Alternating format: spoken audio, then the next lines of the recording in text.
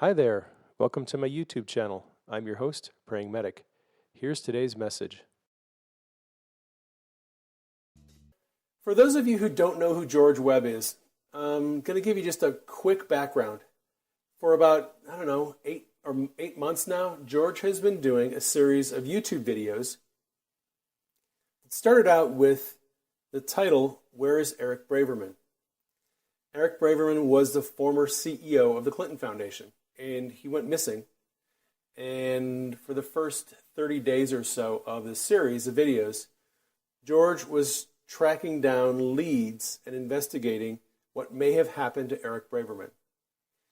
And it ran into this long series of videos where George got heavily involved in investigating the Clinton Foundation, which turned into this big spider web of many different connected agencies, companies. He uncovered a lot of criminal activity in Haiti and in many different places in the Middle East. So he's been doing this series of videos. I think there's over 700 videos that he's done now in the last 8 or 9 months. The thing with George Webb is he drives people crazy for a couple of reasons.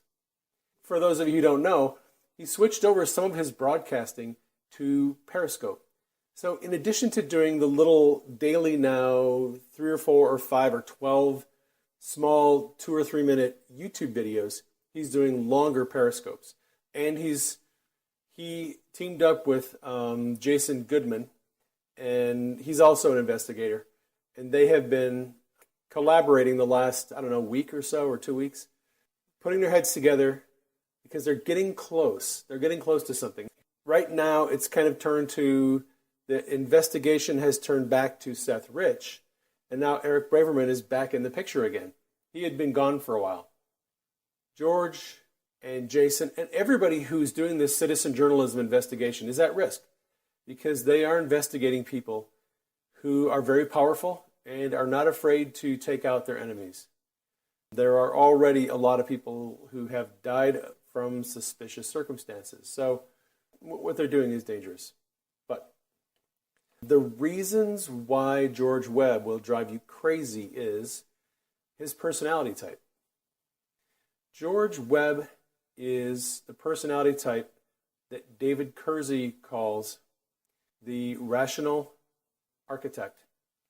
The rational architect is a personality type that is an introvert. They're an abstract thinker.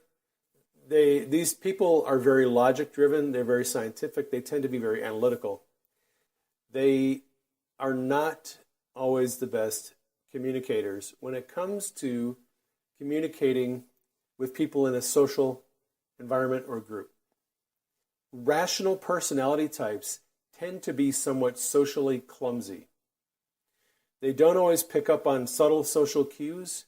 They don't always pick up on what is acceptable and not acceptable in certain groups.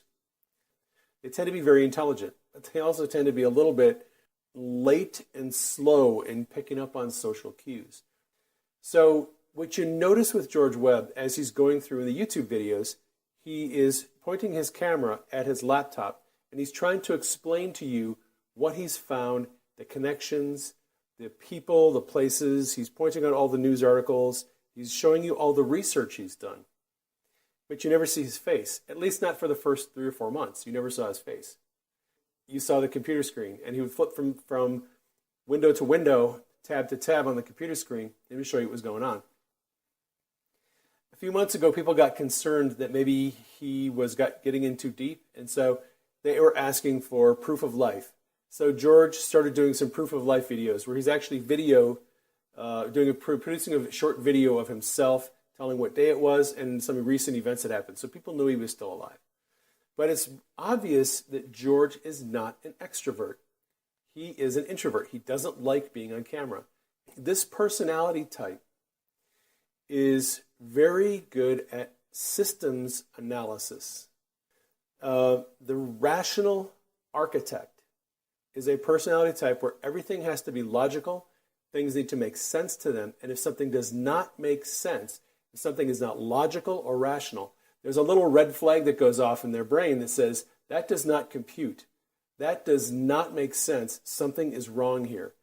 These people are very analytical, and the reason why Kersey gave that group the architect label is they tend to be very good at analyzing systems.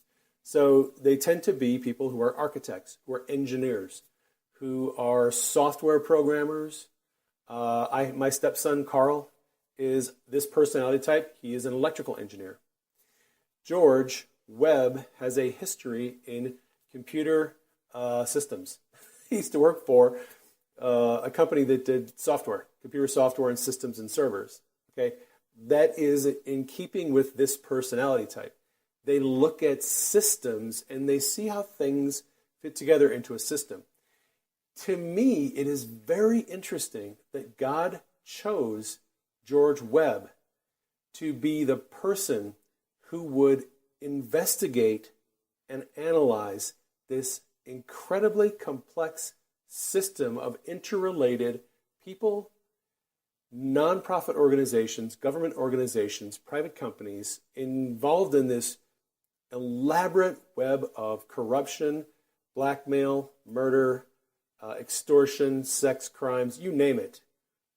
And you have this guy leading the investigation who is all about systems and how systems fit together. So to me, it's extremely interesting that God chose George Webb to do this investigation. The crazy thing about it is, what's driving everybody nuts is, you normally when you investigate, like let's say a crime family.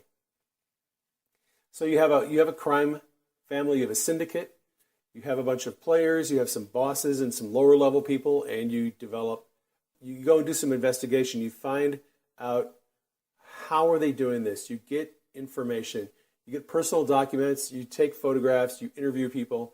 You do this elaborate investigation, usually takes a year or 2 or 3 years worth of work, looking through court documents and tracking down all of the data and the information to bring this to prosecution, or at least to come up with a theory about what's going on.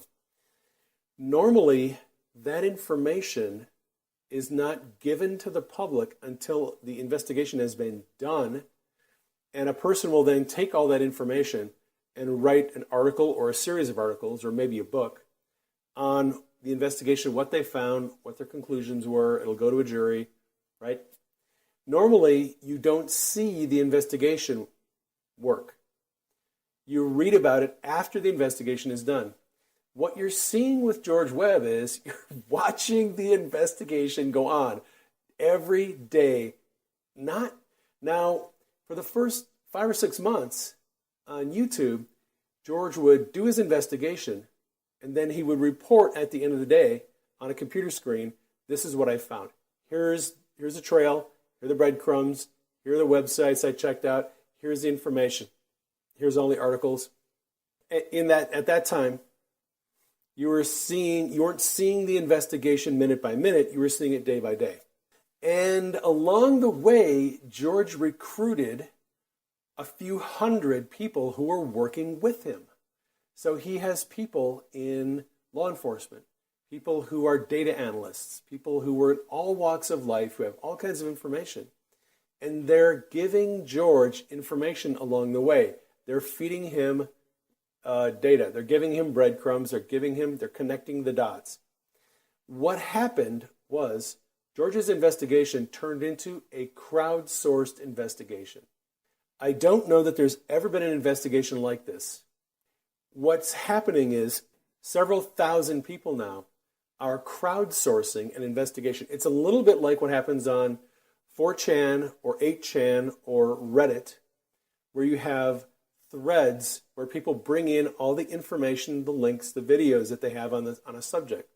Well, what George is doing is a little bit like that, but it's now happening live.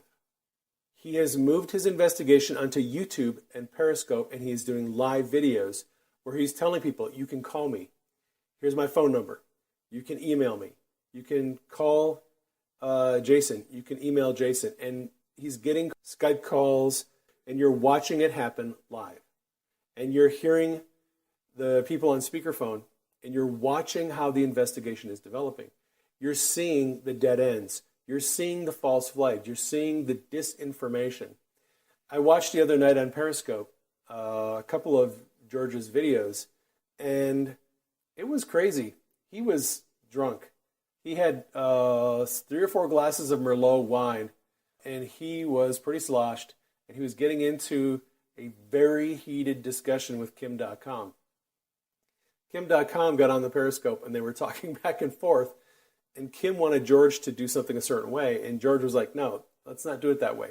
I want you to give me Seth Rich's account number with Mega Upload. And there was this heated exchange, and George got very angry, and it was a bit crazy watching that happen. But that is the reality of what George is doing. George is going live, and he's showing you an investigation as it's happening, minute by minute. It's a little bit like reality TV. Imagine a criminal investigation that was a reality TV show. That's kind of what you're seeing if you're following him on Periscope now, and if you're following him on Jason Goodman's YouTube channel, they're live broadcasting all of this. And you can go in there and comment and call in if you want and talk to him and give him information. It's a very interesting way to investigate. Just put in search engine, crowdsource the truth, or put it in YouTube. You'll come up with Jason Goodman's channel, and he has been live broadcasting on their conversations for, 4 or 5 days probably. I subscribed, so I get notifications when he goes live. The thing is, it's a bit of a mess. They are doing some things in a way that is probably not the best way to do it. You have to realize these guys are amateur investigators, and sometimes they put information out that they probably shouldn't put out right away. They should probably sit on it. Things like phone numbers, things like email addresses. Some data that they're putting out, I think, probably would be better if it hadn't gone out. And George is the first to admit that. If George screws up, George will say, I probably shouldn't have put that out. That was a mistake, and I'm sorry, and I apologize, and I wasn't thinking clearly. So at least George will own up to his mistakes. But it is a little bit crazy watching what's going on. Now, George is trying to save the country. I respect George. He's putting his life in danger. He has been going on in this battle with these people in government who are corrupt. This has been going on for almost a decade. It's only now coming to a head. I really respect what he's doing, and I really admire him. And you know what? I don't have time here to go into the old Mossad and the new Mossad and the winks and the tells and all of the little jargon that they're using in there. I do not have time to go into that. However, I've asked Base Chica if she would consider doing a 2D scope with me where she and I can explain a little bit about what's been happening. I think Base Chica has been following George in his broadcasts. I think she has some insights and information. I do. I've been following him since the beginning. I have downloaded most of his videos. Unofficially, I can't tell you this, but I'm going to tell you it. Ever since the beginning of George's series, I thought about writing a book based on his work. I sent him an email. I don't know if he got it, but I would love to collaborate with George on writing a book outlining this whole investigation when it's done, when it's come to its conclusion. Even if he doesn't collaborate with me, I still may end up writing a book because I find it a very fascinating story. And, here's my thing. With my books, I take complex ideas and I make them simple. So, where is Eric Braverman made simple? I don't know. I think it would be very helpful for someone who has an ability to take complex scenarios and situations and simplify them and break them down. I am thinking about doing that, thinking about possibly writing a book detailing all of this history and explaining it in a way that the average person can understand it. I have to tell you this. I've had 3 dreams about George Webb in the last 4 days. The last 2 or 3 dreams, all I can describe about those dreams was there was absolute confusion. It was just confusion. I saw scene after scene after scene, and what was happening in the scenes didn't make any sense. It was confusing. People didn't know what was going on. It was a mess, right? It's a little bit like what's actually happening if you're watching these guys and you're following them on YouTube or Periscope. It's a mess. You're like, what are they talking about? They have all this jargon. They're making these connections, and sometimes they make mistakes, and it's confusing, especially if you haven't been following the series. So the last 2 or 3 dreams I had, there was just confusion, widespread confusion. But the first dream that I had, in that dream, I saw George, and he stumbled upon a discovery that was shocking to him. He had uncovered something that he did not expect. And I could see he was just amazed. And what I believe that dream illustrates is the fact that George is going to uncover and be vindicated. He's going to find something huge. He will be recognized as a person who uncovered something incredibly relevant and important to our generation, to our nation, and to the world. Say what you want, that you think George is a conspiracy theorist. Look, there either is or is not a conspiracy in the government and in these nonprofits and in these private companies, a conspiracy to rip people off, to kill, extort, profit at the loss of other people. They have conspired to do that, or they have not conspired to do that.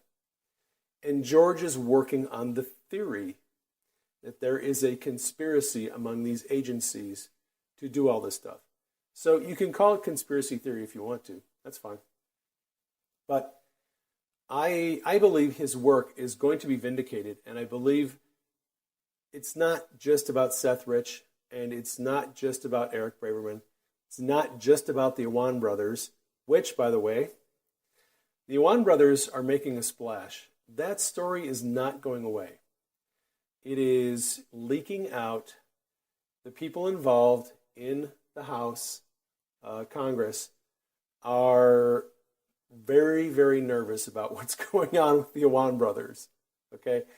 George has shined a light on a lot of very sketchy, corrupt things that have been going on for a long time. And he will be vindicated one of these days. His stories will get out. Law enforcement is going to arrest these people. And, the Huma Abedin situation. George has provided a lot of good insights into what's going on with Huma Abedin and Anthony Weiner and Hillary Clinton. And now we find out in the last few days, more Hillary Clinton emails came out, and WikiLeaks just published them. This stuff is not going away. It is not going to go away. It is not going to be swept under the rug. Eventually, it's all going to come out, and it's going to be prosecuted. A lot of it will. Maybe not all of it, but a lot of these people, I think, are going to end up getting prosecuted. Look, there's a lot of people that know about it now. There are thousands of people all over the world who've been watching the series. They know what's going on. They're writing articles about it. They're producing videos. Jason Goodman may end up doing a film about it. He's a film producer. That's what he does. So this stuff is not going to go away. It's going to stay out there. And there is going to be more uncovered. Andrew McCabe, who is currently the acting chief of the FBI, is heavily implicated in a lot of this. If you don't know this, Andrew McCabe is actually under investigation by the Department of Justice Office of Inspector General. So he is under investigation because his wife took some donations from a couple of different Clinton supporters, $675,000. And McCabe did not recuse himself from the Clinton email investigation. So there's the appearance of a conflict of interest. And that is what McCabe is being investigated for right now. You want to know what the really funny thing is? The investigation is being run by the Office of Inspector General. It's also under the oversight of the Senate Judiciary Committee. Chuck Grassley is the head of the Judiciary Committee. Grassley has been asking James Comey for information about McCabe, and Comey was slow-footing all of the reports. Comey was not giving the Judiciary Committee or the Office of Inspector General the information they had been asking for. Here's what you need to know. All of these investigations, internal investigations, are being delayed, slow-footed, and nothing is being done about them. Because the people that are involved are complicit, and they don't want the truth to be found out. They do not want their actions to be uncovered, so they're delaying as long as they can. Andrew McCabe, acting director of the FBI, is now kind of overseeing the responses from the FBI for his own investigation. And this whole thing is going to get very strange because, insiders in Washington expected that the president would announce a nomination for the new director of the FBI last week, and it didn't happen. And it's my belief that it's going to take a while to get a new FBI director, because what I see is the FBI is kind of a mess. There's all these investigations going on. There's quite a bit of corruption. There are some good agents in the FBI, but there are some not so good agents. And the FBI's reputation has been severely tarnished, I think, in the intelligence community. And now we have this scandal with FISA Court. So FISA, if you remember, is Foreign Intelligence Surveillance Act, FISA, which allows intelligence agencies like the FBI and the CIA to gather intelligence on foreign actors. Special court where if you want to gather intelligence on foreign nationals, you go to FISA court. You almost always give you approval to do that. What we're finding out now is the FBI has been severely abusing the orders that come from the FISA court. It's been going on for years. There was a scathing report by an independent auditor who cited hundreds of cases of abuse of the FISA court by the FBI. The FBI has been abusing its ability to investigate. It's essentially what happens is this. If the FBI or the CIA want to do surveillance, if they want to gather your personal information, they need to get a warrant from a court. And that requires a detailed explanation about why you want this information. You have to show probable cause. It's a lot of hoops to jump through. So whenever an intelligence agency wants to get information on you, they have two choices. They can either do it legally and fill out the forms and go to court and get an order, a warrant, to do the surveillance. Or they can go to the FISA court and they can ask the FISA court and say, hey, this person has been talking to someone over in Russia or Somalia or UK, wherever. It can be anywhere, as long as it's another nation. And we want to surveil that person and we want to find out what they're saying. You go to FISA court, you don't have to show cause. The restrictions are minimal and it's almost always granted. So what it seems like is the FBI has been abusing this easy, almost foolproof way to get permission to do surveillance on American citizens. That is kind of the scandal that has been breaking over the last week or two. And we're going to be hearing testimony on that this coming week in the Senate Intelligence Committees.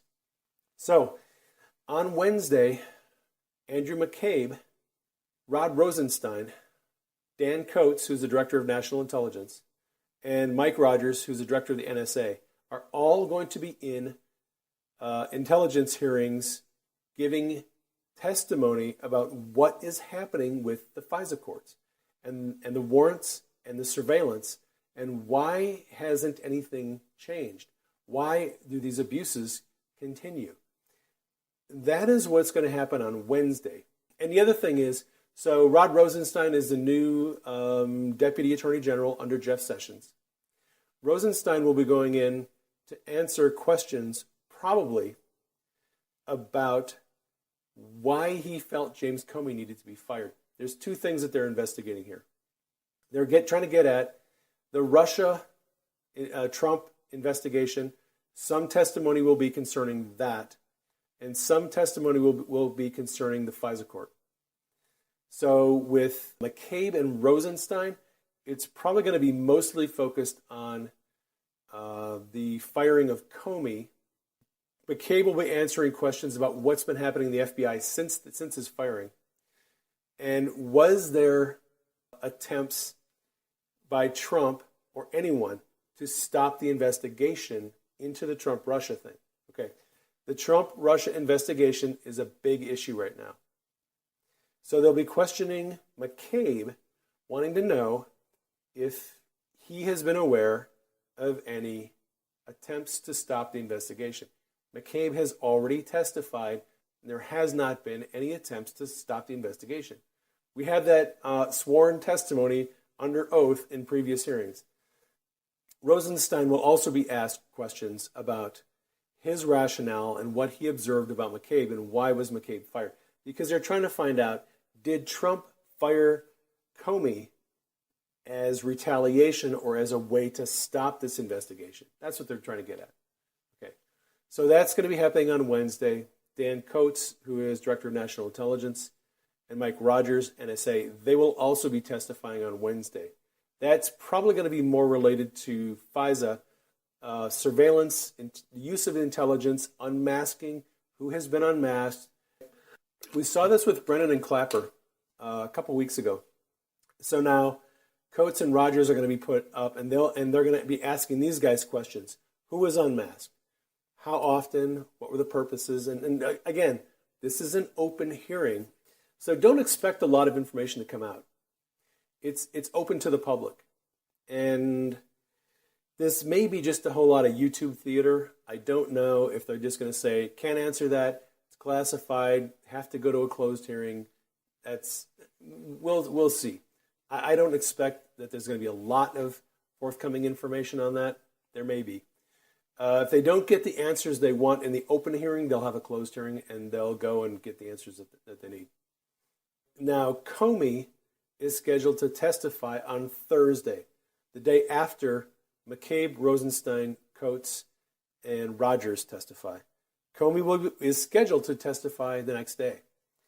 I am not actually under the impression right now that Comey is actually going to testify. Look, if I were James Comey, I would not testify. There is no way I would go into that hearing and testify. He has nothing to gain and everything to lose by testifying. Every time Comey goes in front of an Intelligence Committee hearing and goes under oath and is asked questions, he has another opportunity to contradict himself on something he's already said under oath. And I think that maybe if he does testify on Thursday, it's expected that he is going to testify and say that Trump put pressure on him to delay or stop the investigation into Flynn and any Russia connections. If Comey testifies that there was pressure put on him by the president to squelch, squash, or interfere with any investigations, if Comey says, yeah, I felt like the president was trying to get me to stop these investigations, he will be contradicting himself in previous testimony. He has already said under oath there were no attempts and there was no pressure to stop the investigations. So he'll contradict himself, and then he could probably be charged with perjury. The other problem he has is that if he says there was an attempt by Trump or someone in the Trump administration to stop this investigation, he is legally obligated to report that to his supervisor, who is the Deputy Attorney General. He has to report any interference to the DOJ. He's legally obligated. If he knew there was an attempt to interfere with an investigation and didn't report it, he can be charged. Unless Comey goes into that hearing and says there was no attempt to stop the investigation, Trump never pressured me. If he goes in there and says that, he'll be okay. If he tries to make it look as though Trump tried to stop the investigation, he is going to be in a lot of trouble because he's already said there was no attempt to do that. So if I were Comey, I would not show up at that hearing on Thursday.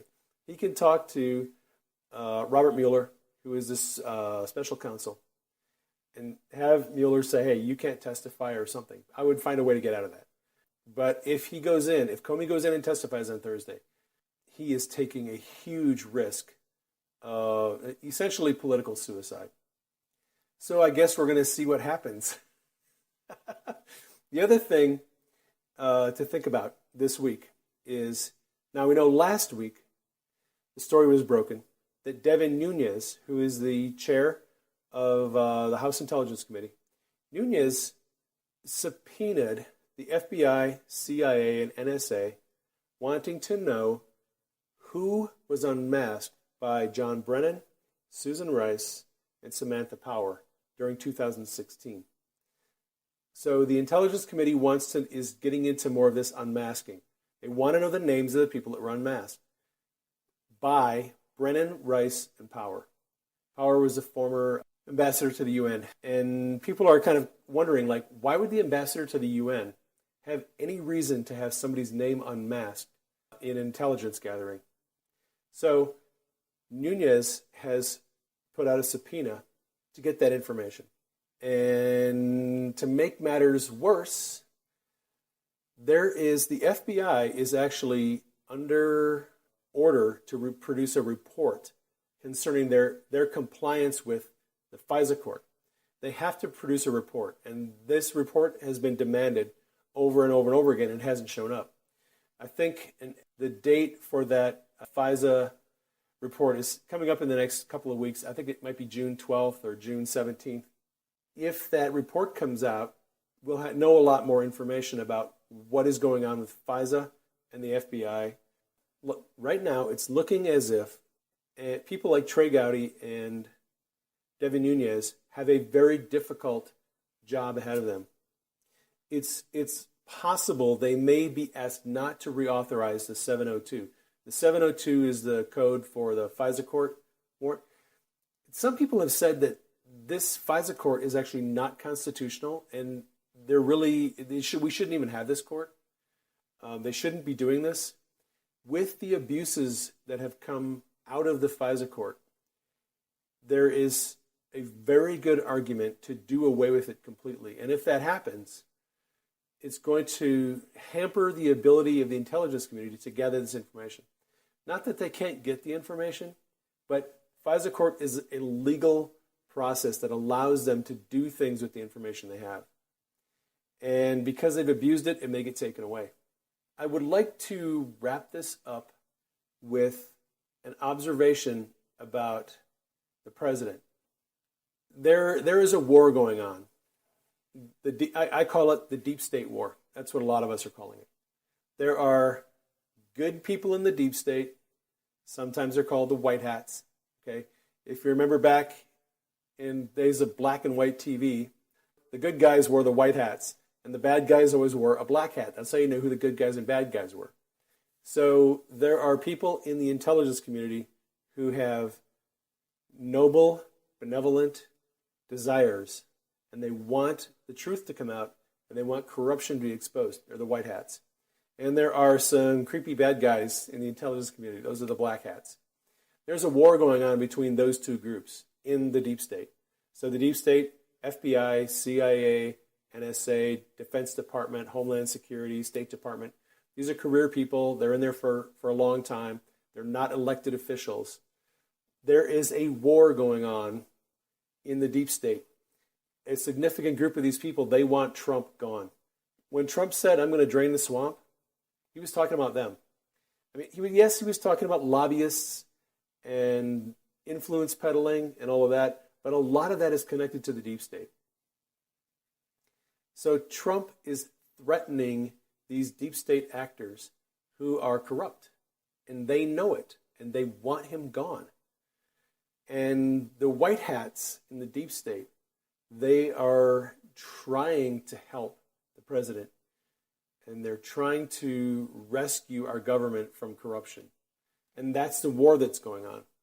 Now, we have a lot of intercessors who are praying for the president. They're praying for Congress. They're praying for the Supreme Court. They're praying for the president. And they are having a massive impact. You don't see it in the natural, but it's going on in the spiritual world. The White House is surrounded by angels, by hosts of angels who are protecting the president and his family. And that's because people like us have been praying and doing spiritual warfare to take down the plans and the schemes and the structures that the enemy has built in Washington. That darkness is being exposed, and the enemy is not happy about it. The enemy knows that there is a significant group of people that are doing serious prayer and intercession, and it's making a difference. And all of this lashing out at the president from the media, from Hollywood, from people in Washington, they see their kingdom collapsing, and they are pissed about it. And they're not going to sit by and watch it happen. They're going to fight. That is the spiritual reality behind this war that you see going on. There's a spiritual war in the invisible realm, and it's manifesting in the natural realm with all these attacks and all this thrashing and crazy news cycles and accusations. There is a spiritual war going on behind all of this. Lana Vosser is a prophetic voice, woman who lives in Australia. She's been given a lot of prophetic revelation about President Trump.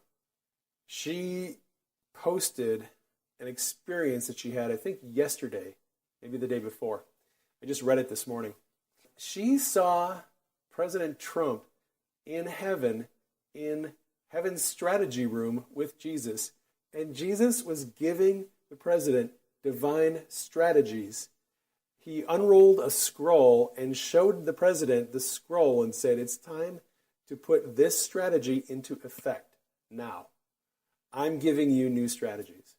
This is just one example of the kind of things that are happening right now in the spiritual world that we don't see.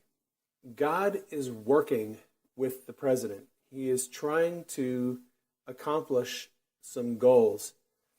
The main goal being the takedown of corruption and brutality and murder, money laundering, bribery, extortion, you name it. All of these crimes that have been going on in Washington for decades. God is trying to bring that to an end. And I believe he's going to use President Trump to accomplish that. And he is giving the president strategies right now on how to make that happen. I think you're going to see some unexpected moves in the next couple of weeks. Insiders in Washington who think they have their finger on the pulse of what Congress and what the White House is doing, they're going to be shocked. I think they're going to be surprised at what they see happen in the next couple of weeks and the next couple of months. The House needs to do this and the Senate needs to do that, and there's health care and there's tax reform and all those things. And I'm not saying those aren't important. They are important. But some of the things you're going to see in the next few weeks and next few months are going to surprise you, because God has given the president a new strategy. And he's continuing to give him strategies to stay ahead of the deep state and the powers of darkness. So when you're looking at the wars on the mainstream media attacking the president, just realize God is working with the president, and he has some strategies, and it's going to work out. It's going to work out good. God is going to bless this nation. We are going to be prosperous. There are going to be jobs. There's going to be better wages.